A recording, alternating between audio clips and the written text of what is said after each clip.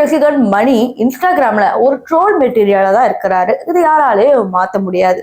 ஆனா இன்னைக்கு மணி அவர்களுக்கு பல பேர் சப்போர்ட் பண்றாங்க அப்படின்னு நினைக்கும் போது மிகவும் ஆச்சரியமா இருக்கு. அது எதனாலதான் ஒரு ஃபேமஸான இன்ஃபுளுசர் மணியை பத்தி தவறான கருத்துக்கள் வச்சதுல இருந்து பாத்தீங்கன்னா மணிக்கு சப்போர்ட் பண்ணாதவங்க கூட இப்ப தேடி வந்து சப்போர்ட் பண்றாங்க. இது ஒரு பெரிய இஷ்யூவாவே மாறிடுச்சு. அதாவது அது என்ன, எதனால மணி அப்படி தாழ்த்தி இவர் பேசியிருக்கிறாரு, இதுக்கு பிஹைண்ட் என்ன இருக்கு அப்படி தெரிஞ்சுக்கணும்னா இந்த வீடியோ ஃபுல்லா பார்க்கணும். ஸோ வாங்க வீடியோக்குள்ள போகலாம். நான் உங்கள் சிவரஞ்சனி சிகப்பு நாடாவில இருந்து. ரசிகன் மணியை பத்தி நம்ம எல்லாருக்குமே தெரியும். இவர் ஃபேமஸான ஒரு ஆள் தான். 1 மில்லியன் ஃபாலோவர்ஸ் வந்து இவரு வச்சிருக்கிறாரு. இப்ப இவர் ஒரு பக்கம் இருக்கட்டும், கார்த்திக் குமார் அப்படிங்கிற இந்த இன்ஃபுளுசர் பத்தி உங்க பல பேருக்கு தெரிஞ்சிருக்காது. இவர் பெரிய ஃபிட்னஸ் பிரபலம். இப்ப இவருடைய வேலையை என்ன பாத்தீங்கன்னா பல இன்ஃபுளுசர்ஸை வந்து தாக்கி பேசுறது. அது வந்து நியாயமா தான் இருந்துச்சு. எப்பத்துல இருந்து மாற ஆரம்பிச்சதுன்னா தாவேகா தலைவர் விஜய் அவர்கள் அஜித் குமாரோட வழக்குல வந்து நேர்ல போய் சந்திக்கவே இல்லை அப்படிங்கிற மாதிரி இவர் ஒரு வீடியோ போட்டிருந்தாரு. ஆனா அதுக்கு அடுத்த நாளே பாத்தீங்கன்னா விஜய் அவர்கள் சந்திச்சுட்டு வந்த பிறகும் அந்த வீடியோவை டெலீட் பண்ணாம இருந்தாரு. அப்பத்துல இருந்துதான் இவர் மேல வந்து ஒரு கவனமே திரும்ப ஆரம்பிச்சது. அதன் பிறகு பாத்தீங்கன்னா என்ன ஒரு காலேஜுக்கு சீஃப் கெஸ்டா கூப்பிட்டாங்க. அப்ப நான் என்ன கேட்டேன்னா, இந்த மாதிரி கோமாளி மாதிரி இருக்கிறவங்கள ஆடுறவங்கள தானே கூப்பிடுவீங்க அப்படிங்கிற மாதிரி சொல்லிட்டு கீழே மணியோட இமேஜை வச்சாச்சு.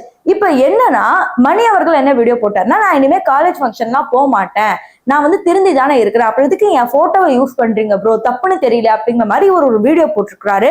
அதன் பிறகு கார்த்திக் குமாரோடய போய் தனியா மெசேஜ்லயும் பேசி அந்த விஷயத்த முடிச்சிருக்காரு. அதோட முடிஞ்சிருச்சு. இவரும் வந்து வீடியோவை டெலீட் பண்ணிட்டாரு மணி. ஆனா அதை பயன்படுத்திக்கிட்ட கார்த்திக் அவர்கள் திருப்பி என்ன வீடியோ போட்டார்னா, நீ எல்லாம் வந்து ஆடிட்டு கனியோட மணியோட அப்படின்னு சொல்லிட்டு ரொம்ப பர்சனலா தாக்கி அதன் பிறகு உனக்கெல்லாம் என்ன தகுதி இருக்கு அப்படிங்கிற மாதிரி தான் அவரோட அந்த ஃபுல் வீடியோவோட மீனிங்கே அப்படிதான் இருக்கும். தான் ஒரு ஃபிட்னஸ் ப்ராப்ளம் அப்படிங்கறதுனால பிறரோட ஹார்ட் ஒர்க்கை இவர் ரொம்ப கேவலமா பேசுறாரோ அப்படிங்கிற மாதிரி ஒரு கட்டத்துல தோணுச்சு. இதுல எல்லாருமே கமெண்ட் பண்ணியிருந்தாங்க, ப்ரோ நீங்க தான் போட்டோ வந்து யூஸ் பண்ணிருக்கீங்க அப்படிங்கிற மாதிரி. அந்த வீடியோல கார்த்திக் முக்கியமா சொன்ன ஒரு விஷயம் என்னன்னா, நான் பேரையே உபயோகப்படுத்தலையே அப்படிங்கிற மாதிரி சொல்லி ஷாக்கு. ஆனா எல்லாரும் என்ன கமெண்ட் பண்ணிட்டாங்கன்னா, நீங்க போட்டோவை யூஸ் பண்ணிருக்கீங்க ஆனா பேர் சொல்லல அப்படின்னு சொல்லி ஒரு முட்டு கொடுக்காதீங்க அப்படிங்கிற மாதிரி கேட்ட கேள்விகளுக்கு இவர் வந்து எந்த ஒரு சரியான பதிலுமே கொடுக்கவே இல்லை.